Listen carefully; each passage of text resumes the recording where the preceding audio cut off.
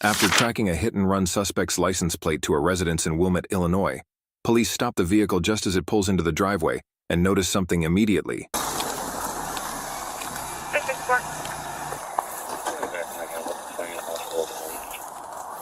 On a quiet street in Wilmet, Illinois, police dispatch had just received a report that would unravel a stranger, then fiction confrontation.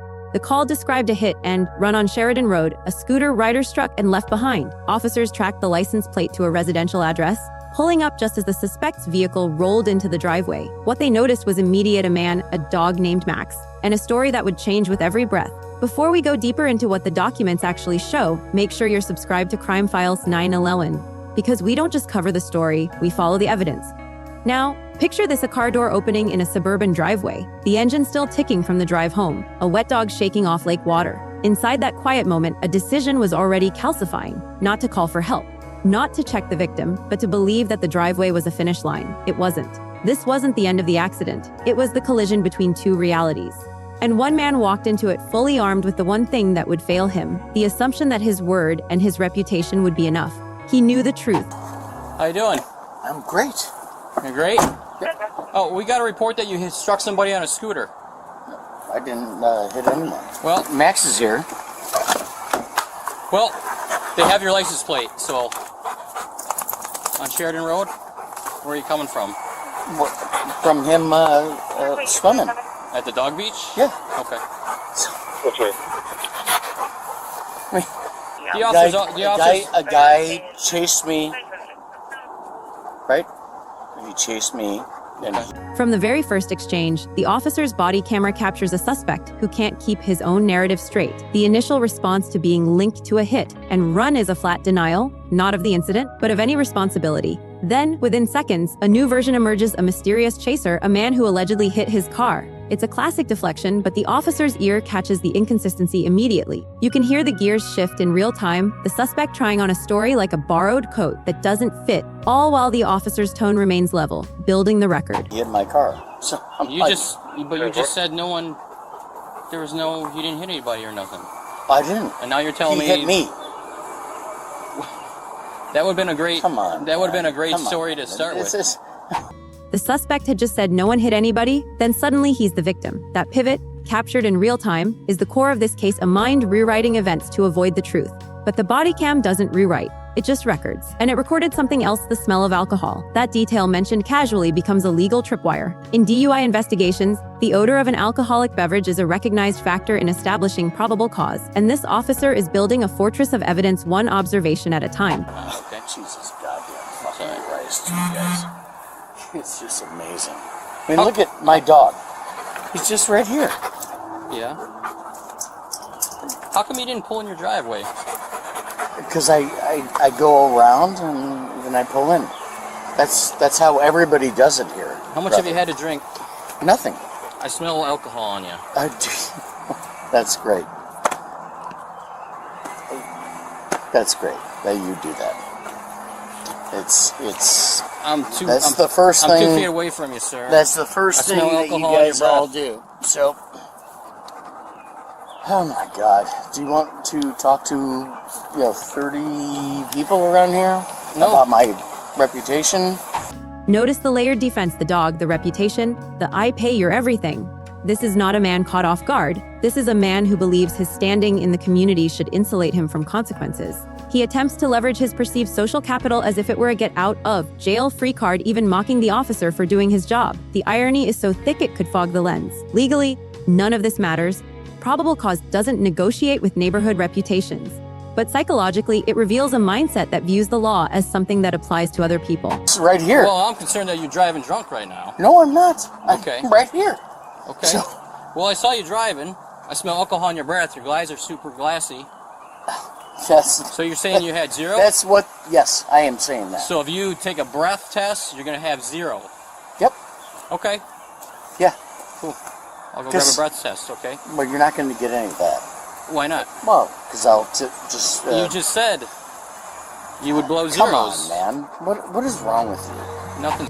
Here's where the wheels truly come off. After insisting he had nothing to drink, he confidently agrees to a breath test, guaranteeing a 0 result. But when the officer suggests they'll actually go through with it, the confidence evaporates. The offer to prove his sobriety becomes an immediate retreat. What changed? Only the realization that the machinery of accountability was not going to be swayed by his earlier performance. And that's where the public safety angle collides with a simple traffic stop. Ask yourself how many impaired drivers have talked their way out of a breath test before causing a catastrophic crash. If the officer hadn't been on Sheridan Road that evening, how long before this man's next mistake left a family burying a loved one? This isn't just a DUI case, it's a near-miss thriller with a body count that never materialized, but easily could have. I'm right here. There was an incident involving you possibly striking somebody, No, somebody and I smell struck. alcohol in your breath. So what do you want to do about that? You're gonna have to do whatever you want, all right? So, I'm going in here. Well, right now you're staying right here. You're not going anywhere. Oh, I am. No, you're going not. right. Okay? Jesus Christ. You're being detained right now. So you're not free to go in your house. The officer's patience is wearing thin, but his procedure remains textbook. He has probable cause a hit and run report a matching vehicle the odor of alcohol and the suspect's contradictory statements. When the suspect tries to simply walk inside and end the investigation, the law draws a clear line. Detention is not optional. Under the Fourth Amendment, an officer may briefly detain a person for investigative purposes based on reasonable suspicion. And here, that standard was met several times over. But the suspect still believes his own reality is the only one that matters. He knew the truth. That's what you're going to do. No, we're not going to do anything Yes. like that. Yeah, that's what we're going to do. Why are you doing this? Okay? You say you had nothing to Listen, drink, but sir. you don't want to give a breath Sir. test? Sir, So do you want to do some stop field it. sobriety tests? Just stop it. You don't okay? tell me to stop it. Okay? God damn. Mr. Hart? Look at this guy. Yeah, I know. Okay. Great dog. Yeah.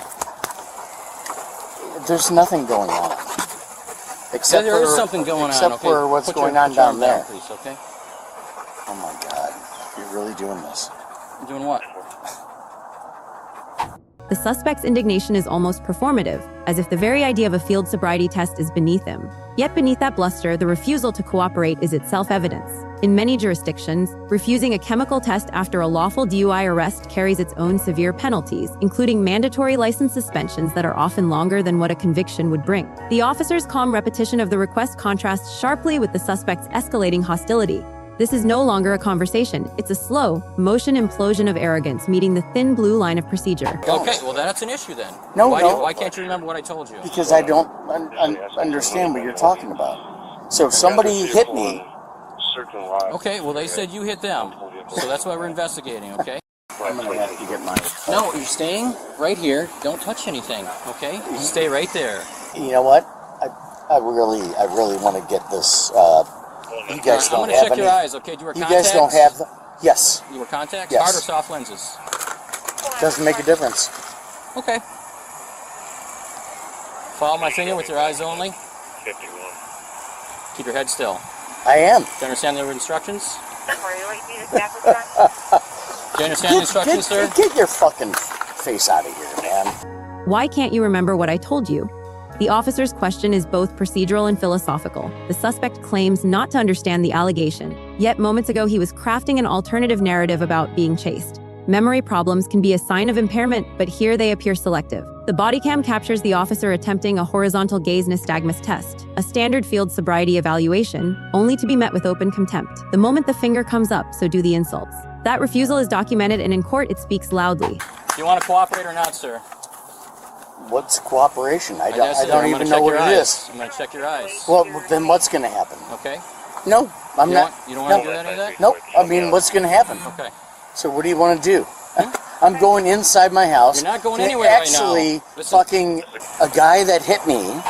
That slip, actually, she expletive, a guy that hit me, is a window into the mind of someone who views the victim with utter disregard. It's not just denial, it's a dismissal of the harm caused. The scooter rider becomes an inconvenience, a nuisance. The suspect's real frustration that his evening is being interrupted, not that another human being may have been injured. In the calculus of hit and run statutes, that state of mind matters. Leaving the scene is not an accident of memory, it's a choice. And that choice begins with contempt for the victim. Thing. All right, you want to do some field sobriety tests? Well, I'm right here in my house. You're not in your house. You're out in your driveway, and I saw you driving, so it doesn't matter if you're in your driveway Come or on. on the street. All right? Jesus fucking Christ. Oh my God. This is Max. Hi, Max. I don't know if you want to put him and see if you can put him in the backyard or something. No. Don't touch that dog. Well, we got to do something with the dog. All right? Yep. I mean, if you want to do that, I mean, So if you guys want to have an issue, So it's up that's to you. fine. So, because if you come back to the station with me, Well, I'm right here in my house. you're not in your house, okay? What? You're not in your house. No, I didn't say that I was That's in what my you house. said. No, I did not Yes. say. You No, said I did twice. not. I Okay. said I'm here at my house. Agree to disagree. The argument now centers on geography. The suspect insists he's right here in my house, as if his driveway is a sovereign sanctuary where law cannot reach. The officer's correction, "You're out in your driveway," is legally precise. The vehicle was operated on a public roadway, and the investigation began in public view. There is no magic barrier at the property line. The suspect clings to agree to disagree, a phrase that reveals his fundamental misunderstanding. This isn't a debate, it's an evidence-based detention, and the only disagreement that matters is the one between his lies and the bodycam's unblinking eye. To do. No. Nope. You don't have anything Nope. else to do. Right here. So no cats in a Nope. no tree or Yeah, anything let's like go. that. That's that's great. Yeah, I'll do it right now. Do You what? want to do it? Yep. Yep. right, Let's sit do it right. Hey, don't touch me. I'm gonna touch you. Do not touch me. Okay. I didn't. Put you in. Hey, listen to me, guys. Jesus Christ. You touched down me the ground? many people. Nope. Fuck. Relax. Sarcasm becomes his final weapon. No cats in a tree or anything like that. He mocks the officer for doing his job while simultaneously demanding to be left alone to break the law. The escalation to physical resistance is almost inevitable. When the officer moves to place him under arrest, the suspect jerks away and the refrain, "Stop resisting," enters the record. The body cam is unwavering. Every frame adds another layer to the resisting, obstructing charge that will later appear on the docket, proving that the only person making this harder is the one in cuffs. Stop resisting. Stop resisting. Just relax. You're under arrest for driving under the influence of alcohol. Really? Yep. Get him up. Reach up. All over, okay? There we go. Christ. You guys should all. So. One up from 551. So. No. That is my hat. No, that was my hat. That was his hat. No. You should put it on me because that's where it should be. One in custody, 1055. Jesus Christ, you guys. What the fuck is wrong with you? The arrest is announced driving under the influence of alcohol. The suspect's disbelief, really, for what? But for what?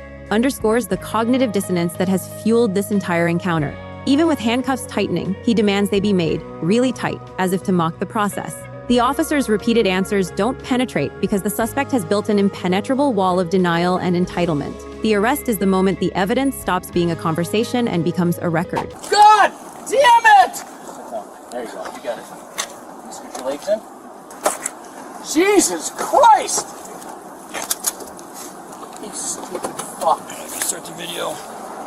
John was charged with driving under the influence of alcohol, failing to carry a license on person, illegally transporting alcoholic liquor as a driver, failing to reduce speed to avoid an accident, operating an uninsured motor vehicle, failing to That is the final ledger. 9 separate charges, each one a paper monument to accountability. Leaving the scene, failing to give aid, DUI, resisting. The list reads like a checklist of how not to handle an accident. The hit and run suspect who believed his reputation would shield him now faced a legal apparatus that doesn't care about your dog, your swimming trips, or who you think pays whose salary. The paperwork was always going to have the last word. He knew the truth, and now you can know it too. The full case docket for this incident, filed in Cook County Circuit Court, is a matter of public record. Look up the name John, charged in Wilmet with multiple counts including DUI and leaving the scene of an accident.